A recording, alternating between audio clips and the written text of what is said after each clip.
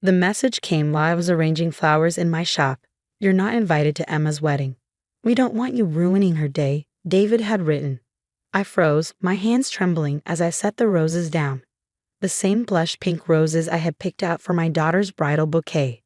I'm Olivia Walker, 45, and I never imagined I'd be excluded from my own daughter's wedding, especially after spending the last 6 months secretly arranging and funding every detail of her dream day.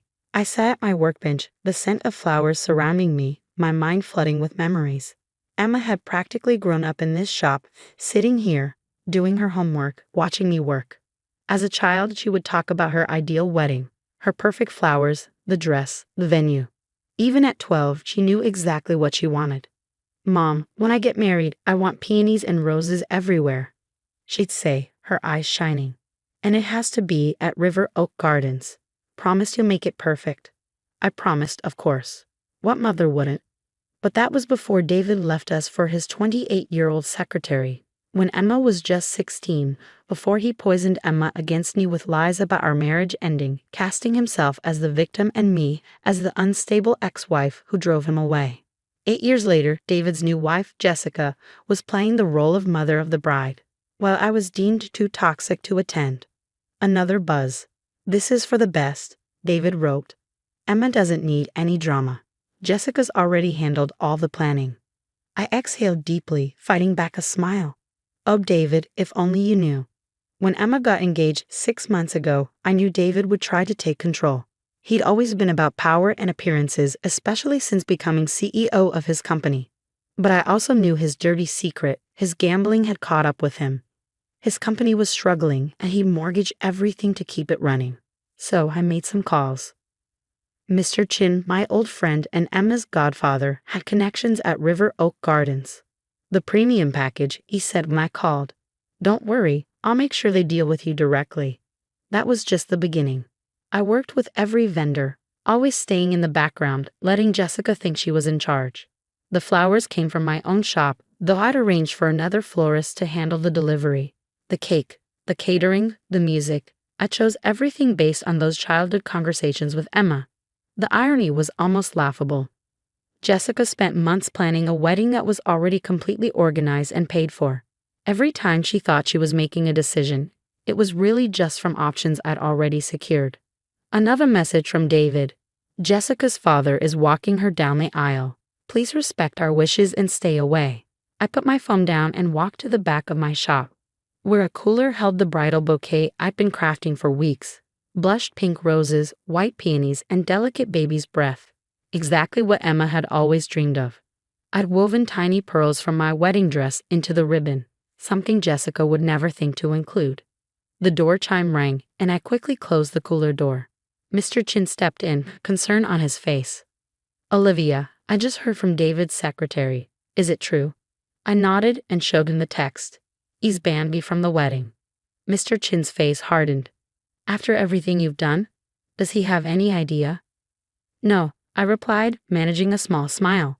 "And that's how I want to keep it." He sat down heavily in the chair. "Vendors are asking about final payments. Everything's due next week." "The money's already in place," I assured him. "Everything will be paid on time. David and Jessica won't need to worry." "And Emma?" he asked softly. "Does she know her mother arranged her dream wedding?" I shook my head, blinking away tears. "She thinks I abandoned her, just like David said. If she knew I was involved, she'd probably change everything just to spite me." Mr. Chin squeezed my hand across the counter. "You're better than they deserve, Olivia." "Maybe," I said, glancing at the wedding timeline on my bulletin board. "But this isn't about them. It's about keeping the promise I made to my little girl when she was 12. My phone buzzed again, this time from Jessica. "I've handled everything perfectly. Emma will have the wedding she always wanted, no thanks to you." I looked at Mr. Chin and allowed myself to laugh. "Well," I said, "she's not entirely wrong about that second part. The wedding was just 3 days away. David and Jessica had no idea their perfect plans were actually mine, paid for with the money I'd saved from running my flower shop for a decade. They didn't know about the personal touches I'd added, the special arrangements I'd made, or the surprises I had planned. They thought they were keeping me away. But what they didn't realize was that I would be there, in every flower, every detail, every element of the wedding. making Emma's childhood dreams a reality. I typed a response to David. Don't worry, everything will be perfect. For once, I knew I was right. The day before the wedding, I watched from my shop window as Jessica oversaw the delivery of her flowers. She stood in a designer outfit, checking things off her clipboard, completely unaware that every stem had been hand-selected and arranged by me. The roses look a bit sparse, she complained to the delivery driver, who was actually my assistant Mike in a borrowed uniform. Are you sure this is what we ordered? They'll open perfectly by tomorrow morning, ma'am, Mike replied, winking at me through the window. The florist guaranteed it. I'd spent 15 years teaching Mike the ins and outs of flower arranging. He knew exactly when each rose would bloom to perfection. My phone buzzed with a text from Mr. Chin. David just tried to put a down payment on the venue again. I smiled, remembering David's face when River Oak Gardens told him they had a strict no-payment plan policy. He'd been certain his CEO status would convince them to make an exception. What he didn't know was that I'd already paid in full months ago. How did he take it? I texted. Not well, Mr. Chin replied. Jessica's throwing a fit about using their emergency fund. I felt a twinge of satisfaction, followed by guilt. This wasn't about revenge. It was about Emma. Just then, I saw Emma walk past my shop. My heart clenched as she paused, staring at the window display. For a moment, I thought she might come in. We hadn't spoken in months, since that painful dinner when David announced he'd be paying for everything. A father's gift to his daughter, he'd said grandly. No expense spared.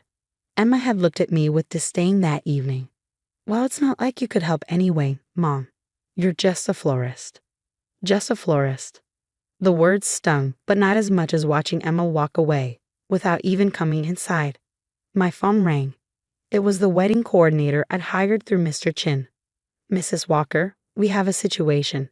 The groom's mother is insisting on rearranging the seating chart. She says Mr. Harrison's specific requests about table arrangements don't make sense. I pinched the bridge of my nose. Of course, Jessica had to try to change things at the last minute.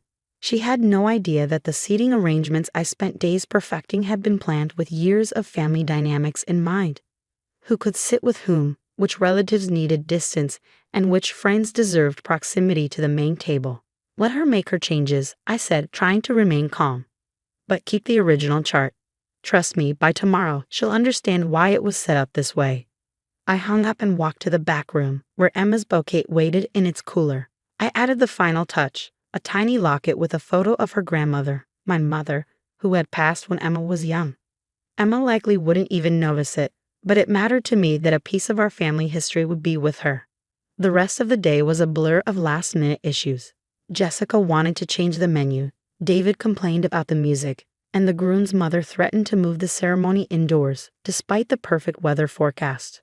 Throughout it all, I kept thinking of Emma at 12, sitting at my workbench, planning her perfect wedding. Promise it'll be just like this, Mom, she said.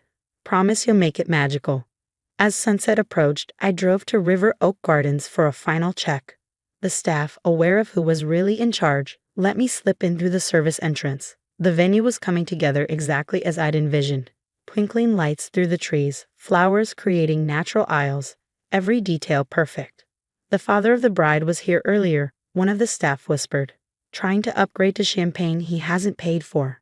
I nodded, unfazed. The premium champagne will be delivered at 9 a.m., I said. Don't tell them that. Let them think their complaints got it for them. As I turned to leave, I caught a glimpse of my reflection in a window. I looked tired but calm. Tomorrow, my daughter would have the wedding of her dreams, even if she never knew I was the one making it happen. My phone buzzed one last time as I got into the car. A message from Emma. Mom, I know you're upset about not being invited, but Jessica has made everything so perfect. Maybe if you put in this kind of effort when I was growing up, things would be different. I started the car, tears falling as I read her words. I wanted to explain everything, the months of planning, the careful coordination, the money I'd spent. But I didn't. Instead, I typed back, I hope your day is everything you've ever wanted, sweetie. And I knew it would be, because I had promised. The wedding morning dawned as I'd hoped. Clear skies, a gentle breeze, perfect for carrying the scent of roses. I watched the final preparations through the security cameras Mr. Chen had arranged for me. Everything was falling into place. Jessica was already in meltdown mode, right on schedule. The premium champagne delivery had thrown her into a confusion spiral. "We didn't pay for this upgrade," she insisted to the staff. "There's been a mistake." David, pacing the grounds in his tuxedo, was no better, making frantic calls about the string quartet that had mysteriously been upgraded to include a harpist. Emma's choice, the Dream Edition, which he thought was too expensive. Then I saw her. Emma stepped out of the bridal suite in her dress, and my heart stopped. She was beautiful, radiant, just as I'd imagined. The bouquet I made for her was perfect in her hands, the roses blooming just as planned. Through the camera feed, I saw her touch the pearls woven into the ribbon, her face showing a flicker of recognition. My phone buzzed. "Mr. Chen, it's time." I took a deep breath and pressed play on the video I had prepared weeks ago. Within seconds, the large screen set up for the reception flickered to life. Across the venue, David and Jessica froze, staring at the images now playing. It was Emma at 12, sitting at my workbench, describing her dream wedding. "Mom, promisably just like this," her young voice echoed. The pink roses, the pearls, the harpist playing canon in D. The video continued, showing snippets of Emma planning every detail of her future wedding while arranging flowers with me. Each element she described matched exactly what was now set up around them. Jessica's clipboard hit the ground. David's face went pale, but I was watching Emma, who stood transfixed, looking from the video to her bouquet, finally noticing the locket. She opened it, found the photo, and read the tiny note I tucked behind it. "I promise to make it perfect. Love, Mom." I saw the moment understanding dawn in her eyes. She looked around at the flowers, the lights, everything, and I saw her begin to cry. "Where's my mother?" she asked. "Where's Mom?" David stepped forward, trying to regain control. "Emma, sweetheart, let's not get distracted. Jessica arranged everything." "No," Emma cut him off, her voice strong. "No more lies, Dad. These are Mom's roses. This is her work. I'd know it anywhere." She held up the bouquet. No one else would weave pearls into the ribbon. No one else would remember the exact shade of pink I wanted. She turned to Jessica, who was flustered about contracts and vendors. "You didn't plan this wedding, did you?" Before Jessica could respond, Mr. Chen stepped forward. "No, she didn't. Your mother did. Every detail, every element, exactly as you dreamed it. She paid for everything months ago." The garden went silent, except for the harpist playing canon in D, just as 12-year-old Emma had requested. The video continued to play. "Why?" Emma's voice trembled. "Why would she do all this and not tell me?" I stepped from behind the garden trellis. "Because you deserve your perfect day," I said softly, "whether I was here or not." Emma turned, tears streaming. We locked eyes for a moment, then she ran to me, arms around me as if I were her little girl again. "I'm so sorry, Mom," she whispered, "for everything." I held her close, careful not to wrinkle her dress. "Don't be, sweetheart, just be happy. That's all I ever wanted." She pulled back, wiping her eyes carefully to preserve her makeup. "Will you walk me down the aisle, please?" I looked at David, deflated and silent, and Jessica, who had no more protests left. Then I looked at my daughter, smiling at me with trust, just like when she was little. "Of course," I said. "I promise to make this day perfect." As we prepared for the ceremony, I caught Mr. Chen's eye. He grinned, turning off the video screens. Their job was done, the truth was out, and my daughter was in my arms. Sometimes the greatest revenge isn't about getting even. Sometimes it's about keeping your promises, even when no one expects it. I promised my daughter a perfect wedding, and that's exactly what she got. The fact that it exposed years of lies was just a bonus. A bonus that smelled like perfectly bloomed roses. Thanks for watching. See you in the next video. Stay stunned.